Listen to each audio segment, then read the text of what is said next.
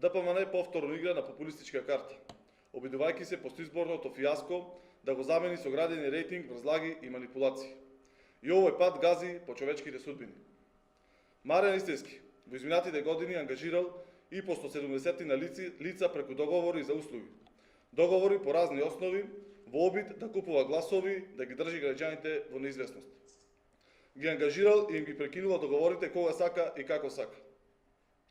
Им давал лажна надеж дека ќе ги вработи на неопределено работно време. Новата локална власт затекна околу 60 на ангажирани лица со договори за услуги по разни основи, на кои договорот кој што го склучиле со Маријан Ристевски им заврши на 31 декември. Маријан Ристевски треба да одговори зошто не им го трансформирал работниот однос и зошто не ги вработил во локалната самоуправа. Уште еднаш потенцираме, се играле со човечки судбини, ангажирале лица со договори на дело по 10 години. Јасно било дека не сакале да ги вработат, туку ова било форма на притисок за да останат во гласачкото тело на ДПМН. По истекот на договорите, тие логично останувале без ангажман. Како и пред тоа, зашто на власта од ДПМН не им била целта да се однесува со почит кон граѓаните, туку да ги има на листата за гласање. Ова манипулација, злоупотребата на граѓаните, СРСМ нема да ја поддржува. Стручна и професионална општинска администрација, без оглед на партиската провиненција на вработените кадри, е основната заложба на новата власт на Социјалдемократскиот сојуз на Македонија и градоначалникот Илија Јовановски.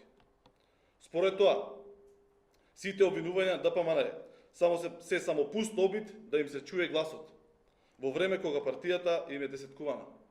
Кога граѓаните немаат верба во нивните представници, во очекување на судска разрешница на криминалите што претходната власт ги правеше со парите на граѓаните.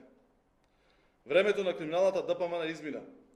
Социјалдемократскиот сојуз на Македонија отвори нова страница во демократијата, со домаќинско, очетно и одговорно работење. Значи, до денеска информациите кои што ги имаме се околу за 60-тина, кои што биле ангажирани во локална самоуправа, податокот не е детално точен. Тие се договори кои што ми заврши на 31.12.2017 година лица. Значи, во другите јавни предпријатија нема. Што се однесува до она кој што беше потенцирано со градинките. Значи, договорите им завршуваат на 31.12.2017 година.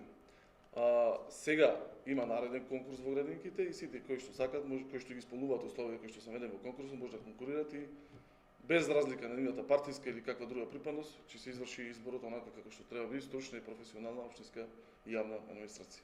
Тоа ќе биде вработување на неопределено време? Не, ќе биде договор, затоа што согласноста се добиени како за места, работни места на договорно време.